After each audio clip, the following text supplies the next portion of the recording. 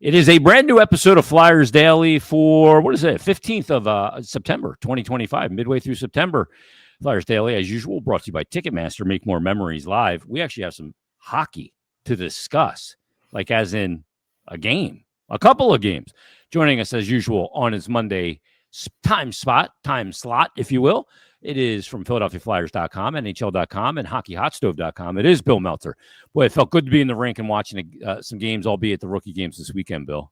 It sure did. It sure did. Just just being there, and you go into a rookie game, you know that it's going to be a little sloppy. Emotions are on high during it because everyone wants to impress, and it was in a lot of ways, a couple of typical rookie games, particularly Saturdays, which was as messy as could be, but it sure was nice to be there. Yeah, it really felt good just to watch the game back on the ice and kind of have the feel of it and everything. And there was some intriguing elements to watch for too. Now, last year, of course, was a lot of hoopla surrounding Matvei Michkov and his debut coming over 2 years early and all that. Maybe these games this weekend lacked something to that degree. But there was a guy that a lot of people were interested in seeing, a guy that we haven't seen in a couple of years because of, having mono 2 years ago in development camp. And then last year, or this year rather, having to deal with an injury and playing a long season into the Memorial Cup final from the London Knights. And that was Denver Barkey. And Bill, in Friday's game, boy, he did not disappoint in any way, shape, or form. I thought he looked really good, really poised, and a lot of fun to watch. Oh yeah, that the energy level was tremendous. I mean, that's what he's known for. It's why Dale Hunter loved him. Even a couple of years ago in his draft year, they got to crunch time. They kept sending him over the boards, and you could see why. Just his level of tenacity, his level of competitiveness, and yes, he's a smaller player, but he's not afraid of anything out there, which he has to be. Yeah, there's a lot of compete. I see him going in for 2v1 board battles, not having any fear of going in first, winning those battles with a quick stick. He had a great scoring chance. I want to say it was in the second period where he had caught a pass cross ice and tried to go back across ice to set up the perfect play. We know how hockey players are, right, Bill? They're so unselfish. Like they don't want to come in and just start firing pucks. But then in the third period, he got an opportunity on a very similar play, and he fired it home. And kind of a player that's gonna have some things to learn along the way. But that's exactly what this process is about for him. For sure. And when the Flyers rookie side turned it up in that second period in particular, it felt like he was in the middle of everything. Right. I mean, it wasn't just his line, the Nesbitt line as well. But I thought that Barkey really was a catalyst for the team in that game. And I understand why they saw what they wanted to see on Friday. They didn't have to look at him again on Saturday. You know what's there. And go through the rest of camp. But he sure was fun to watch. And on Saturday, when the energy was still high, but just in terms of just such staggered play. There was no flow to it. I felt like he was missed a little bit on the Flyer side. What did you think of, Bump in the two games? In the second game, you mentioned it. It looked like a lot of guys kind of ran out of gas, especially the guys that played in both games. I think that first game, you really run a lot of that on adrenaline. Sure. And when adrenaline goes away, it kind of socks you a little bit. Yeah. What did you think of Bump? Let's just start with Friday's game where he is running a little bit on adrenaline. What did you think of his performance in that game? Well, that game, it was unfortunate that line with Nesbitt and Bump and Tuamalo didn't score because they controlled the puck for the first 40-plus minutes of the game. Yeah. And Bump, again, just his ability to defend off defenders, to create a little space for himself. Those are the real deal. He had some scoring chances, just didn't, unfortunately, or really anybody in that line, they weren't able to finish them. I thought he was very impressive on Friday. Again, what you want to see particularly a guy who's about 22 years old. It is his first rookie camp just because he was in college before that. But you want to see a player who's on another level than the average player on there, and you saw that. And then on Sunday's game, or rather on Saturday's game, he did look a little bit gassed out there. Yeah, the thing about him in Friday's game, you see a little bit of. I don't want to compare him to Mishkov because I think they're totally different, but a little bit of positionless in the offensive zone. At one point on the broadcast, I said it looks like Alex Bump is playing both wings. Yeah. He was all over the place, chasing plays. But again, because something we saw in his collegiate game was also that the ability with a good stick to get pucks, protect pucks, but also just go to the right places without the puck. I thought he just made himself accouable very often in the game. In that third period in particular, it's a tie game. Yeah, I thought he saved them a goal potentially on one of the plays, and he just busted it back on a back check and broke up a play, and that's not something that when you run the game highlights, it's going to show up in there. But that's something that certainly John Snowden noticed. That's something that Rick Tocchet will notice in the main camp if he keeps doing those things. And you need to do that, because it's the rare guy who's just going to score his way into a lineup. So that was really impressive and that was, if you recall, that was one of the knocks on him as to why he fell to the fifth round originally.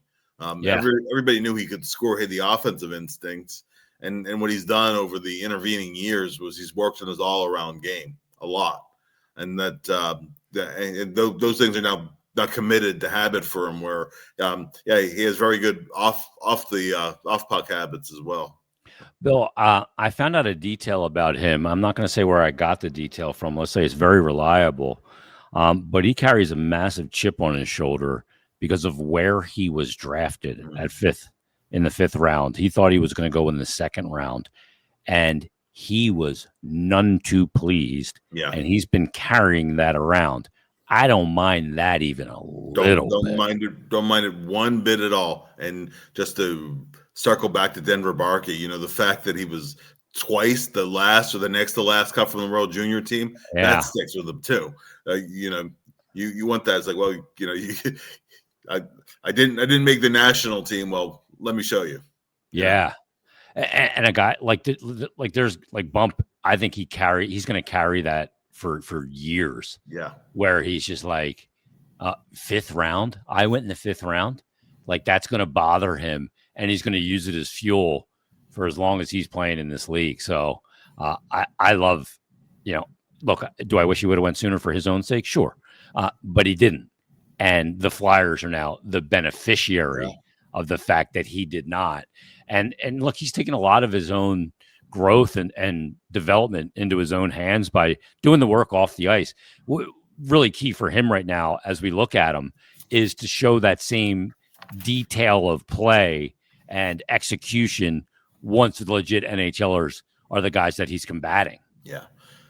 And I think one of the really impressive things about Alex was he went through the experience of, he made an instant splash in the Calder Cup playoffs, a 2-goal game, and it was AHL debut. He debuted in the playoffs. Starts out in a playoff game with a 2-goal game, basically has his way in the 2 games with Wilkes-Barre Scranton, and then the Phantoms ran to Hershey in the second round, and the checking was much tighter. He wasn't able to get space for himself, and he was the first one to say, I know I can be better than that. I have to be better than that. And I think I realized some things about the way they were checking me, some adjustments that I can and have to make. And that showed a lot of maturity as a hockey player and a lot of self-confidence too.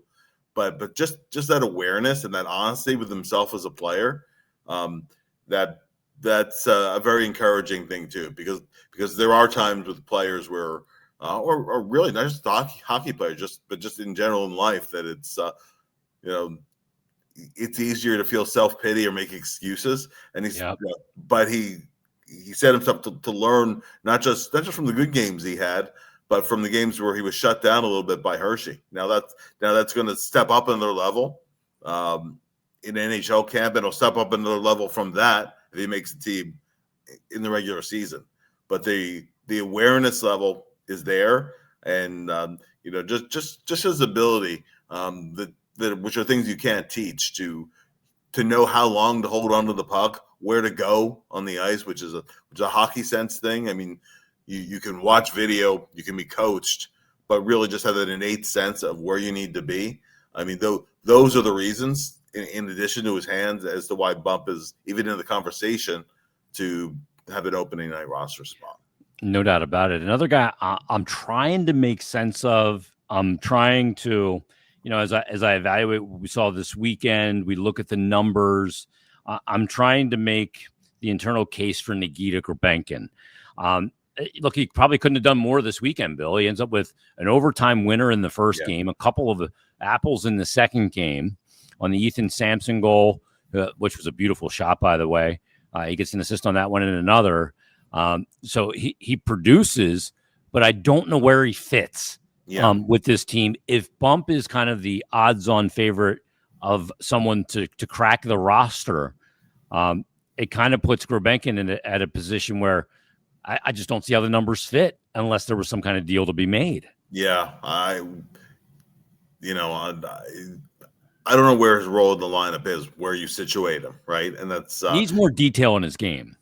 He's not very structured, in his game, and that's been the knock on him.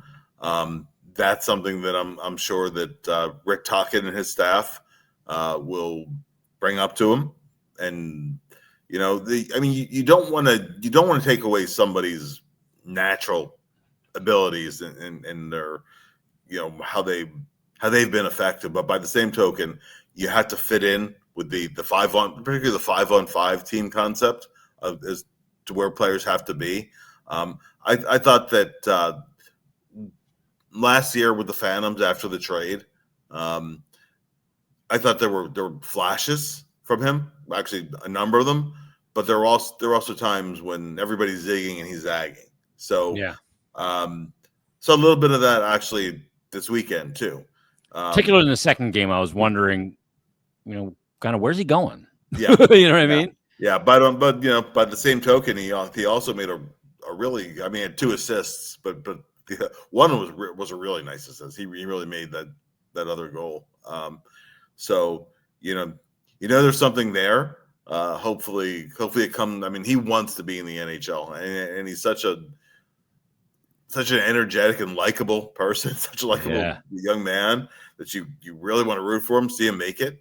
But I'm not sure. We'll see over the next few weeks. He'll have an opportunity. I'm hoping that if he doesn't make it, that he goes to Lehigh Valley with the chip on the shoulder we were talking in the good way.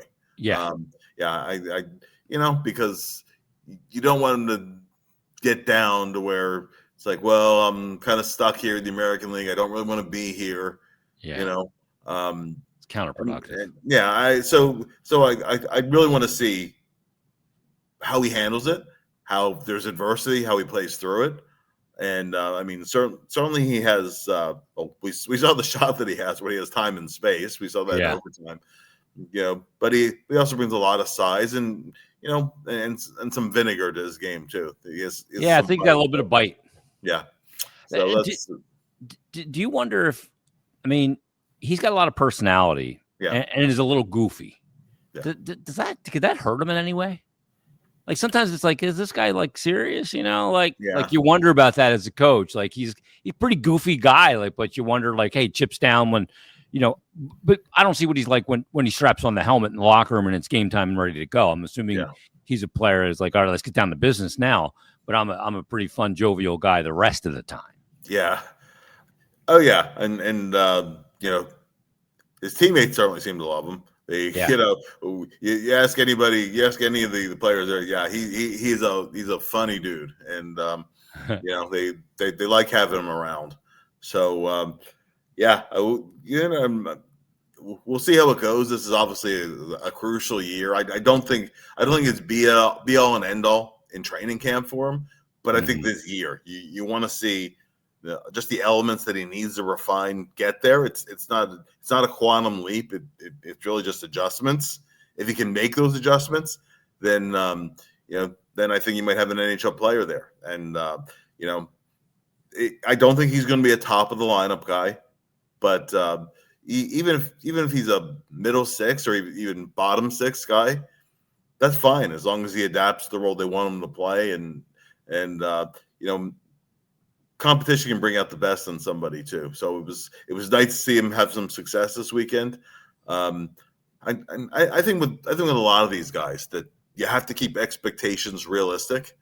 I saw some people, and I'm mentioning Barkey again, but people are saying, oh, well, this guy's going to be a 70, 80-point guy in the NHL. It's like, he's going to be Braden Point. Yeah, that's what they're saying. Pump the brakes on that a little bit, particularly because if he is playing a middle six or more of the third line at a middle six, so it's a top 9 kind of a role, he's not going to have the situational ice time just to be that. Now, he'll never be a fourth line player like that.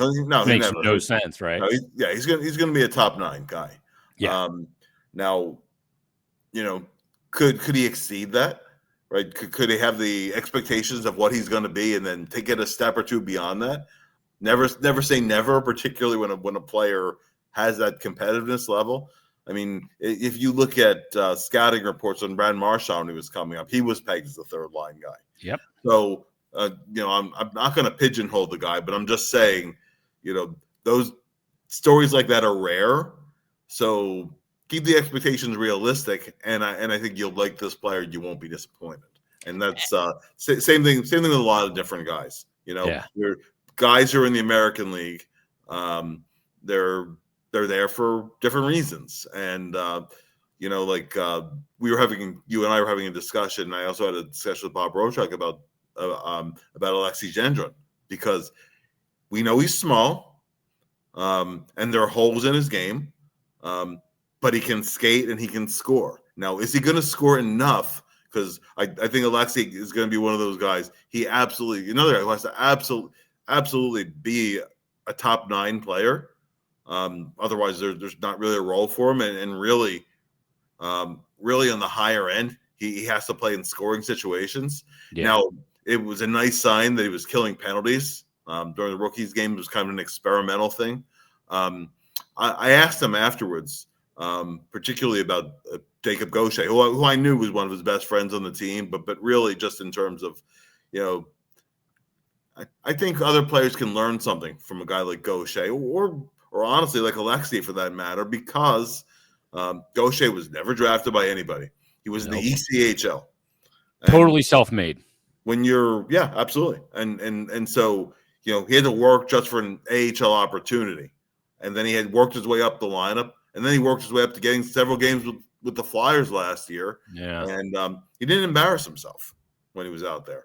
Now, is he more of a call-up depth guy? Yeah. But it's a guy who had no advantages, nothing ever handed to him, and worked his way up all the way to the NHL a year ago. And we'll see how injuries shake out this year. Could see more games. And in Alexei's case, you're talking about a guy who was a 7th-round pick. So, yes, his dad is a scout with the Flyers organization. His dad played in the NHL. But there's not a lot invested there. But there's no, in a 7th-round pick, you go, oh, well, he's really small, etc. Maybe he can help your American League team at some time. So to see him go in and score a couple goal scorers goals as he tends to do, if you just keep scoring and scoring and scoring, someone will notice you.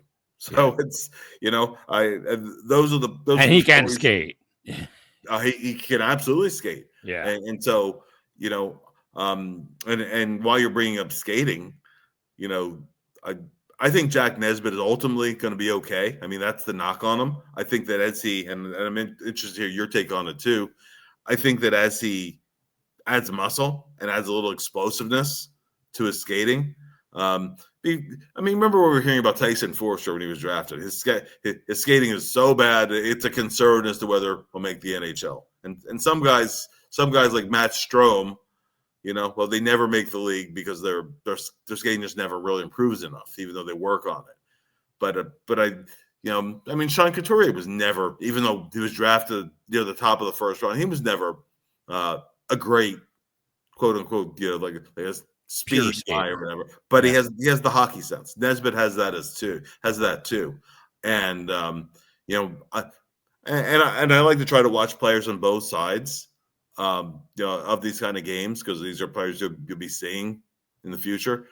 I will tell you that when I watched Gabe Perreault on the other side, I understood why he went in the 20s in the first round, because his skating is no better than Nesbitt's. It's Bobby Brinkish when Brink first came in a little bit. When Brink first came in, yeah, really stiff way of skating. Exactly, yeah. And very stiff, very choppy out there, and he's small. So usually that combination of being on the smaller end of average and not a great skater can be fatal for a player. Now I think the hockey sense and whatever is there where he's going to be a player, but but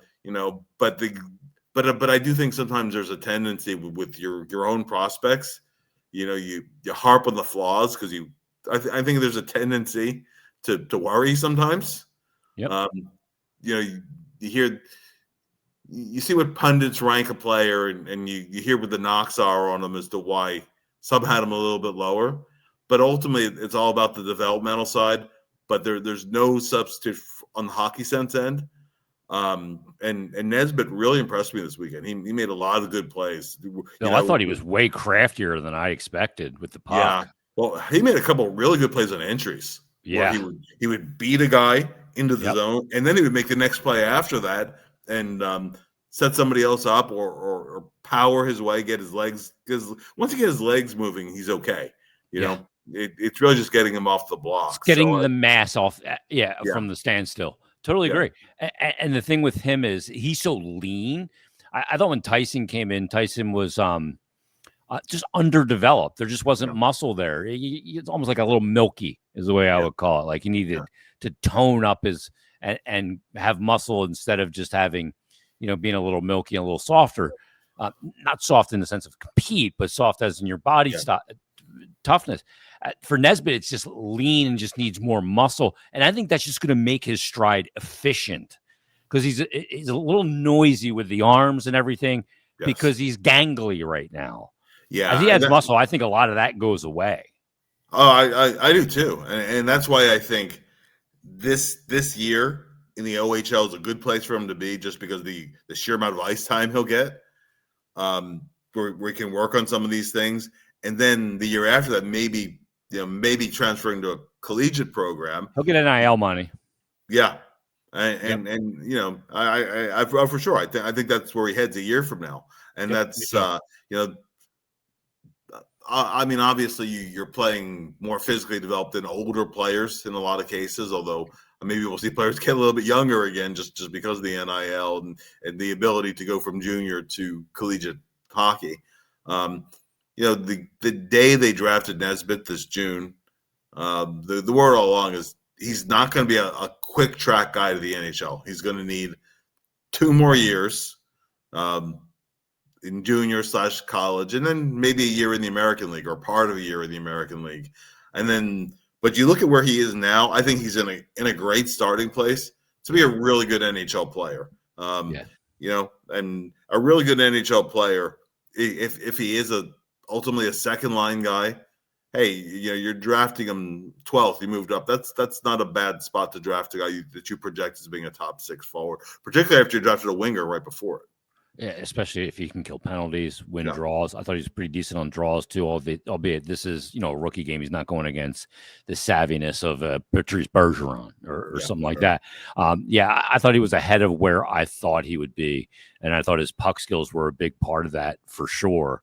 I thought his vision offensively at times was really good. He made some really nice cross ice passes, cross seam passes in the offensive zone as well. And he was patient, drawing people in and not panicking with the puck. So I was impressed with him quite a bit. Before we get to a couple more guys from the rookie games, Bill, they did trade Ivan Fedotov. Fedotov, his time as a Philadelphia Flyer is over. Really kind of when he'll look back on it at some point when his hockey playing days are over, really a bizarre career as a Flyer with everything, not necessarily that went on as a Flyer, but what went on to become a Flyer. Yeah. Obviously, we've talked about that quite a bit. We talked about the logjam that is there. Are you surprised to see Fedotov go? Or is this, we're thinking maybe Kolosov has a good couple of games in preseason, his stock rises a bit and you ship him out of here. Yeah. But now all of a sudden there's a spot for Kolosov in the AHL and Fedotov with a much higher price tag, mind you, that the Flyers are not retaining on. They're not retaining. Yeah, they're not retaining cap hit. Yeah.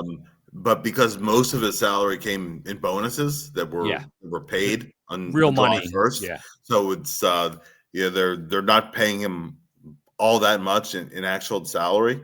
I mean, he's a nice depth option.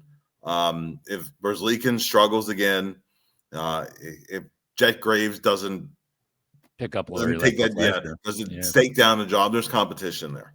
And I wish Ivan all the best. Really, really good guy. And one thing that really impressed me about him was he came over and his English was as rusty as could be.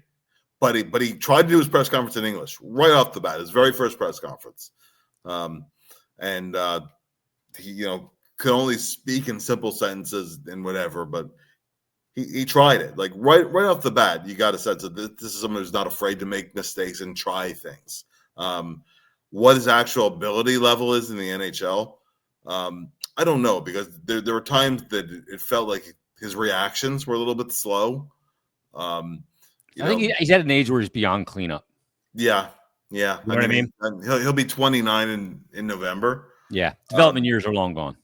And so he missed that year that really hurt him.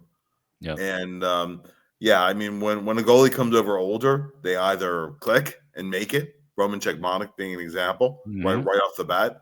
29, did he come over, Bill? 29. Yeah. He came over as 29. He was a Vezina and a runner-up that first year, and won the Bobby Clark Trophy his first year. So that's the guy that it worked for. As unorthodox as it could be, to put it mildly. With Ivan, it worked sometimes, but I was, the 6th round pick is what it is. But I guess for Columbus, they figured, okay, it's not much real dollar salary. They can take the cap hit. They have plenty of room. That's another depth option for them. But for the Flyers, it alleviates some cap space because the Flyers were super tight to the cap beforehand. Yeah. Even though they paid the bonus, that's not, the cap hit goes over to Columbus. So it's some cap relief. It alleviates the logjam that they had in the net. Now that being said, I'm hoping that both Sam Erston and Vladar both stay healthy, because Bjarnason is clearly a very young, immature goalie who's going to require a fair amount of development. He's 20 years old. He shouldn't play more than 30 games this year. Yeah. So, I mean, Fedotov, or rather Kolosov, will have an opportunity to play a lot of games for Lehigh Valley. I hope that he understands that that's probably where he's headed, and to have a good attitude about it. And if he wants to have a career over here, he must have his agent must have given some serious assurances to make that deal. Yeah. That's the only thing because I can tell you right now, at the end of last season, I wouldn't have made that deal for the cap space or anything based on what I saw last year from Kolosov. And I don't mean just play; I mean attitude. No, I think that was pretty much everybody's observation. Yeah, it was undeniable. On the hockey end of it, he was all over the map. Where he would, and it felt like I worried about him particularly in third periods, because it felt like he would start out fine, and then he would tail off a little bit as the game went along. And there were times too where it felt like he'd be sailing along, and then it would just blow sky high for no particular reason, and he never battled through it. That's what I was really concerned about, that he didn't seem to have that element that you go, okay, that's it. I'm not letting another puck pass me. And Yeah. I mean, there were games where we saw that with Fedotov, where he didn't start out well, but then he settled in. Yeah. So it was never a level of competitiveness or whatever. It was just other things. But if there's an injury to Sam Ersson or to or to Vladar, then all of a sudden Kolosov is with your NHL team, and I don't have a lot of faith in him till he proves otherwise. I mean, he was falling for that one bad goal a game at a really inopportune time. Yeah, and like you said before, I remember one where he didn't compete hard enough to cover a puck. Yeah, in a tie game, yes. he was real lackadaisical about just getting the glove on top of it, and that one bothered me. Yeah, till the cows came home. So, yeah, I don't want to put my season in the balance there. Yeah, sure. And I mean, just the reality of the game is that you're going to need more than two goalies over the course of the season in most cases, no doubt. And even on the Phantom side, because except Bjarnason, it's just a kid. He has a lot of development to go. I think there's a lot of things to like about how the Phantoms are going into this year, but to me, goaltending is a big question mark for them, as well as the big team. Is Sam able to take that next step? Is Vladar able to stay healthy and be consistent? Those kind of things. So I think that the question mark wasn't alleviated, but I think it was a move that they had to make. So. Yeah. Biggest question for goalie tending for me is, are either of those guys, Sam Ersson or Dan Vladar, capable of being effective beyond 30 games? Yeah. That's the question mark, because, if they each played 30, there's still 22 other games on the schedule that will be up for determination. One thing I was really impressed with, Bill, and I had him on last week on Friday, was John Snowden. Now, I didn't know John and have any dealings with him when he was an assistant coach in Lehigh Valley under Ian LaPerriere. But boy, what an infectious personality. He says a lot, and he clearly knows the game at a very high level. You could see him really ascending through the coaching ranks like he has already to even much greater heights. I was really impressed with, it seems like, the cohesion and the knowing of what the main task of his job is to get guys out of the Lehigh Valley and get them to the NHL. Yeah. And I think a great example of that, Jason, is if it's online, I put some quotes from it in the rookie camp wrap up I did on the Flyers website, because I thought that he was asked the question about Ethan Sampson, and he gave a really nuanced answer, but very specifically as to what Ethan needs to work on to take that level where, yes, he's a good offensive defenseman at the American League level, but what does he have to do to be in the consideration for an NHL job? And I mean, without breaking it down as much as he did, it comes down to this. It comes down to quick decision making, not getting tunnel vision, and knowing when it's time to try to push the play up the ice and when it's time to make a safer and smarter play. That's really the chip or the smart. Yep. Yeah, and that was really what it boiled down to. It was more nuanced than that, the way he answered it, but and he called it a catch-22, because there are things that Sampson does well that could serve him well at any level of the game that you don't find with most players. Big shot and can skate. Yeah, big shot and he can skate. He's a big guy, a 6'3", 205 guy who can skate. Yeah, and has a right shot at that. So you don't want to take away what he does well, but that quick decision making is really in a lot of cases what separates an American League defenseman from an NHL defenseman, and that still is not quite where it needs to be yet. He said that's something we're still working through. I thought it was a tremendous answer and a positive focused answer as to, okay, this is what he has. This is what he has to work on. This is what he has to get to be, and but he he expressed that the players are aware of it, that's something they've been already working on because they obviously Snowden predates. As you said, he was the assistant coach there. But that was a great, just right there, a synopsis as to what the player has to work on, what he has to do to get to the NHL level. It was a very honest answer, and it was a very smart answer. Yeah, read and recognition. It's all about that for him. 100%. When to go forward, when to retreat. Because if at the NHL level you make the wrong decision, you're dead, and it's past you, and it's gone. I think we saw that different kind of a player, but we saw that with Ty Murchison too, where he's such an aggressive hitter, where he took himself out of place. Yeah, where you didn't cancel guys out, and there was one where they gave up a 2-on-1 goal that was a very costly one. The fans. It's the only goal that Costanzo gave up. The only one they gave up, and he had almost no prayer on it. And he put his partner Spencer Gill in a really tough spot there because he left him a 2-on-1. He had to go all the way over to try to challenge the pass. Yeah. And it was Gill played it as a 2-on-2 until all of a sudden it wasn't. Until all of a sudden it was a 2-on-1. Yeah. And so that's tough when your partner tough on a goalie. Now that's that's learning opportunities. That's why they're prospects and they're not NHL players. And not that NHL players never make those mistakes either.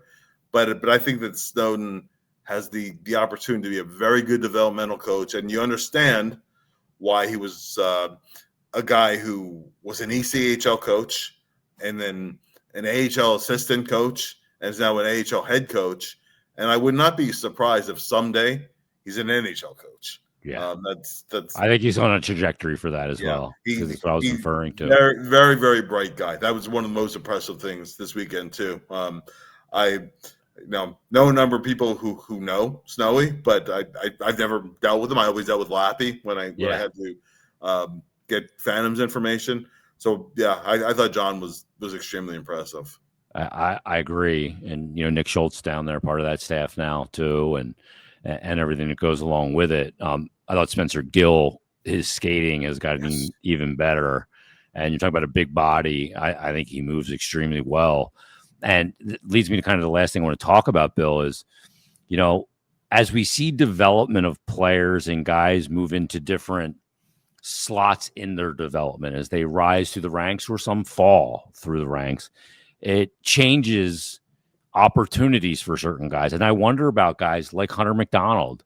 Where does he fit now? Like, it seemed like a year or two ago, this was a player they were very high on in kind of the trajectory. He was going to be in the NHL, be a mean player, hard to play against. But now I kind of look at it and I go, where does he fit? Does it make sense to retain him in the organization? Is he ready to try and graduate to the NHL? But it's not going to be here. Really starting to, you start to put these puzzle pieces together, because the fact of the matter is this: is 2, 3, 4 years ago, you go to this game, this rookie game, and there were maybe 2 guys that you felt maybe had a chance to play 100 or 200 games in the NHL. Yeah.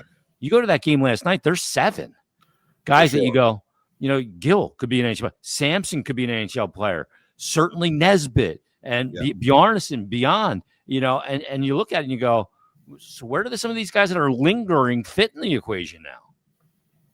No, absolutely. I mean, specific to Hunter McDonald, I think he, and I hope I'm wrong, but I think he plateaued a little bit.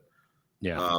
And he's tried to make his identity, really just being very physical, blocking shots. He's overplaying as a result of it. But he takes a lot of needless penalties. Yep. And there were situations where he overplays things for sure. Now, one thing that and I'll share this. I was saying that as players come up through the ranks, you have to develop guys who are younger leaders in a room. One thing that Hunter McDonald has become is a young leader with the Phantoms. He's a guy, when someone's new to the team, he makes sure that they feel like they belong, right? Getting a text exchange and all that. Yeah. So that's the guy who's emerging as a leader in that room. So they might like to keep him around as a depth option or whatever. But a couple of years ago, they were talking about him. He was going to be the guy who replaces Nick Sealer ultimately. And of course, Seals ended up signing a multi-year deal. but I don't think Hunter has pressured him enough to where Steele has ever been, where his job has ever been up for grabs potentially to a younger guy. Because that like it or not is the way of the world in the NHL. That you have a job, then as you get into your 30s, particularly if you're a role player type, there's some young guy who has similar attributes who might be moving into your spot just for cap reasons, just for whatever reason. The fact that Hunter hasn't played a single game in the NHL yet tells you something. Yeah. So yeah, I wonder where his fit ultimately is. Same thing with Samu Tuomal, different player, different role. Totally agree. But if he doesn't take that next step, then there's not a spot for him. Yeah, and it may be beneficial to move him to a spot where maybe he does have an opportunity. I will share this real quick. But as I went down to the locker room post game on Friday, there was an older couple standing outside the media room there.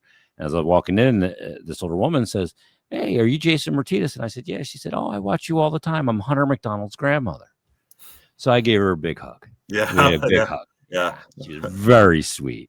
And Hunter came out and got to speak with his grandparents as well. Excellent. So very cool stuff. Bill, great stuff. Read Bill's work at PhiladelphiaFlyers.com, NHL.com, and not HockeyBuzz.com, at HockeyHotStove.com. Get it right, Myrtetus. Get in mid-season form.